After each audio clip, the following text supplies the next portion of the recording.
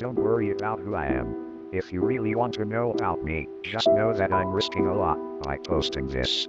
If you had a childhood, regardless of when you were born, you should remember the cartoon, The Magic School Bus. It was a children's cartoon show in the 90s where a crazy science teacher would take students on weekly adventures into places such as into space or through the human digestive system. It was a rather harmless, an educational show, which is the reason why it has been prominently shown to children since its premiere. What most people don't know about the show was that it was meant to fit into a line of horror stories for kids in a show that was never made, titled Horror is Alive. The show, much like the Goosebumps television show, was about harmless horror stories, with 3 being shown in one episode. Despite this, the first episode underwent a complete overhaul during its production. What was to be the opening short was extended to full episode length after the writer and director of the episode went through a long hard experience with illegal substances, which inspired the middle and end of the short, which uncoincidentally is where the short takes a drastic turn. Everyone else, or at least most everybody else, were severely scarred due to the experiences making it. Most quit after reading the script, but others were in desperate need of a job, whether it be they were animators or mere executives. A whole first season was written, but completely abandoned after the first screening, with a final blow being that the scripts were destroyed in what was once TBS Studios HQ after an arsonist, who is now believed to be the writer of the episodes, and again, director of this episode, obliterated the building. The few who read the scripts claim to say they were either too gory to air or too unnerving for children to enjoy watching. These people wish to remain anonymous and even remain scarred to this day. The first episode wasn't even ready to air before the concept spiraled horrifically out of control and terrified test audiences. Originally planned by PBS, it was designed by Melnitsa Animation Studio in Russia, and thus the original pilot episode was partially animated in Russia before the first screening.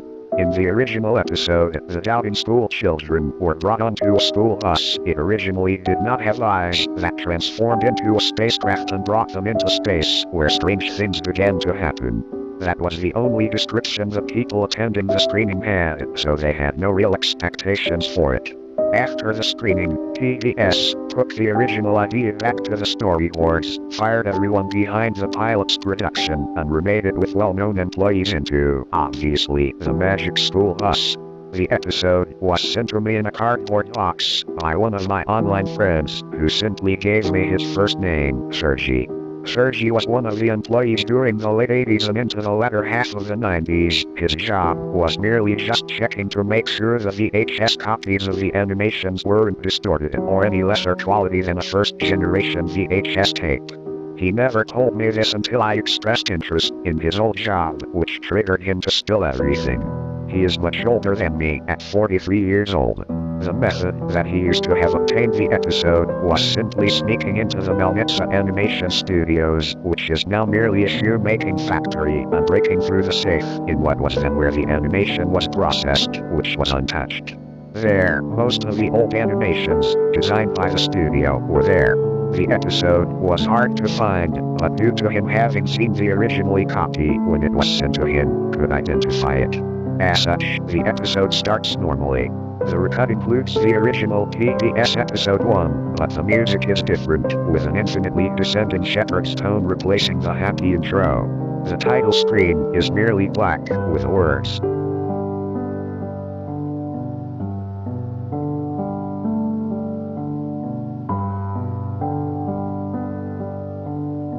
Over what must be English subtitles that says, "The Sad Bus." After some research, I found that it actually said, "I cannot breathe," which makes a little bit of sense, considering it takes place in outer space, of course. The version I obtained was a recut. Despite the fact it was the original tape, apparently, after the horrific reaction, the writer for Horror is Alive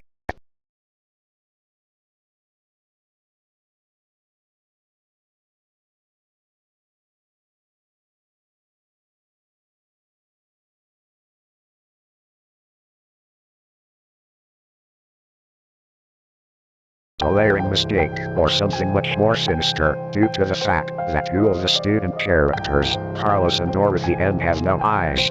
I mean, they are there, but their eyes are missing, and no one mentions it. The bus also looks much more sinister, because the front lights are normal on first glance, though still I like, almost like a human's eyes, while literally frozen, and the grill of the bus just looks extremely sad, like it's in a constant frown. The voice work is also different, with a sense of sorrow and blatant uncomfortableness in the American actors' voices. In the PBS edition, Arnold's cousin Janet thinks that Mrs. Frizzle is boring, so Arnold has the teacher take them into space. In this episode, going into space is where things become very messed up. Nothing from the original episode is here. Instead, the bus transforms into a spaceship, kind of like one you'd see in a film like 2001: A Space Odyssey. There's no transition, it just becomes this. The walls are all white and there seem to be infinite corridors with steep drops. From the outside, it looks like a Soviet space rocket, which still makes sense, due to this being animated in Russia, but larger. Arnold comments that this wasn't what he expected and he wants to go home. Janet and Carlos also seem equally confused, but Janet is smiling. Mrs. Frizzle says that there is an override lock on the ship and nobody can leave until it has reached its destination. We are hurtling toward the sun. Mrs. Frizzle tells everyone that she can turn off the airlock and suffocate everyone, only jokingly, before saying that she will put in the manual override, but it will take 6 months to reach Earth. After this, the screen begins distorting as the picture goes out of focus, in a similar fashion to how the Max Headroom hijacking went into transmission during Doctor Who. An out-of-place slideshow then played over what sounded like an acoustic version of the Star Wars theme. The only pictures that were shown are that of planets, with each picture having some subliminally hidden disturbing human elements across the planet being shown. Basically, imagine the planet Jupiter having angry-looking human eyes melted into it, realistically, but not something too out of the ordinary for a skilled Photoshop user to have created. She suggests that everyone go into stasis sleep when a cancerous sore has developed on Mrs. Frizzle's face that nobody mentions. However, Mrs. Frizzle mentions that there are only 9 stasis beds and there are 11 people, including herself. She told them that she'll be fine staying up for 6 months, but one of the students will have to stay as well. Ralphie suggests they draw straws. They do.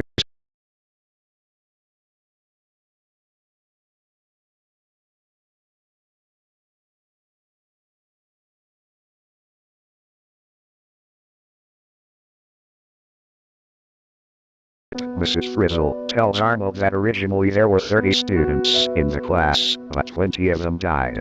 She tells Arnold that she is going into the upper airlock where there is a separate bed, and she only told the students there were less beds because she didn't want them to face the idea that one person would be alone for 6 months.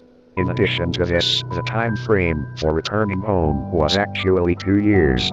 She leaves and locks the door behind her from the outside. After this scene, the same distortion affection occurs as a long string of text appears, saying, BUTWHATABOUTJANET several times.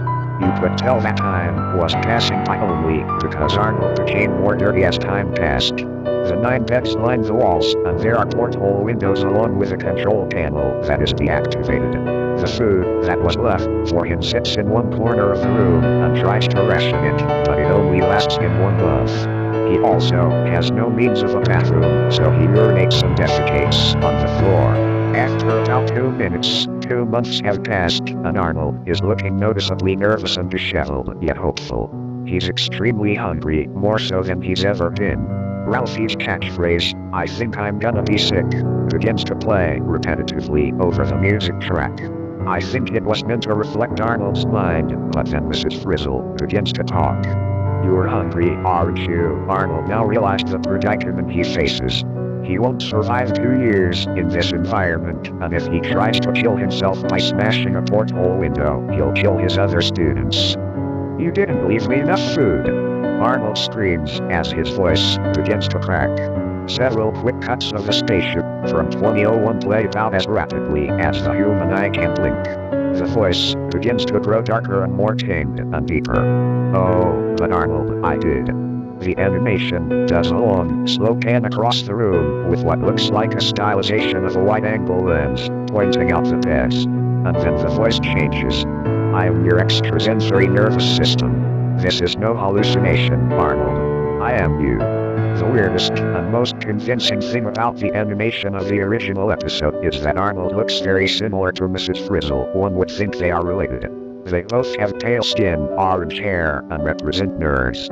Even their mannerisms, aside from Mrs. Frizzle's greater, achieved sense of confidence, are similar. The voice began to whisper, "Eat them." Mrs. Frizzle slowly melts into the background as Arnold's body parts slowly begin to shimmer while seemingly gross-uply added stars. Arnold had attempted to analyze the space chart over the defunct control panel for some time, but only now, realizing that he was intentionally trapped here, did it make sense. The path wasn't leading to Earth, it was heading for a malformed black hole that had strangely appeared to the left of the moon. Through whatever means, the room was also becoming increasingly hot, so much so that Arnold had to take off all but his underwear. The unclean environment was forcing him to develop more scars and sores as he slept on his side in a mat before ritualistically taking Carlos from the bed so he could sleep there at night. That was when he made the horrible realization that none of them were breathing. Mrs. Frizzle hadn't put them into stasis, she euthanized them. It was only after he had made this realization that a scalpel appeared near the door.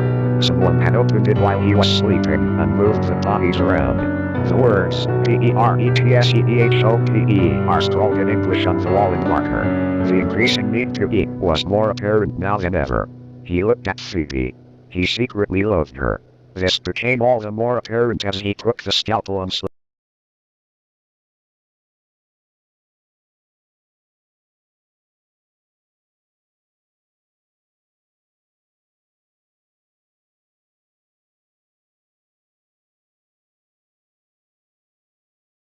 intestines, peels and eats her skin, then moves on to the face, slicing off eyebrows and the nose, leaving a shaved skeletal corpse as the camera time-lapses.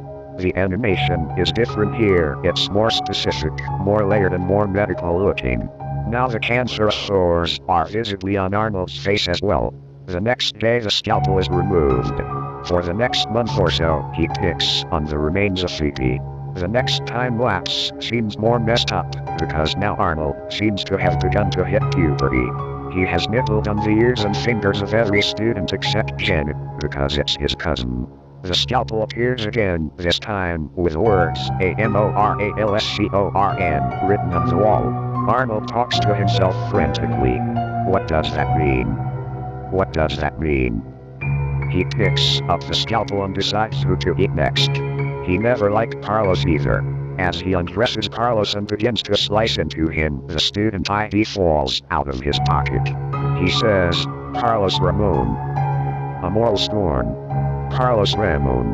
It was an anagram, just as "PERETSEDHOPE" was an anagram for Phoebe Therez's name. By now the episode is almost over and the screen begins to flicker as Arnold starts to gasp for air. You knew? Arnold begins to cry. The animation gets very choppy at this point. Two different shots are seen. In one, the school bus collides with a sun. In another, Arnold continues to eat the remaining students in order based on the anagram instructions. Since it's a time lapse, you only see the bodies and the bones begin to pile up. He refuses to eat Janet, his cousin, before ultimately slicing his neck with a scalpel and killing himself. The cancerous sores envelop his corpse. Another scene was supposed to appear, but it was cut. The final shot before it ends is the words "YOU'REGONNAGOVONKERS 1988. That phrase, to my knowledge, means nothing.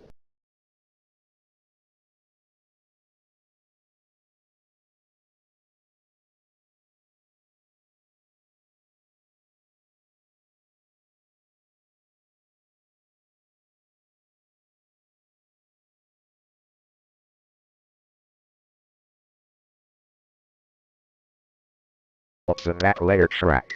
It goes on for a full 3 minutes. I tried figuring out what happened to Janet, but the only real clue is, I suppose, in the animation itself. I tried finding some information about the origins online, which I somewhat succeeded in doing.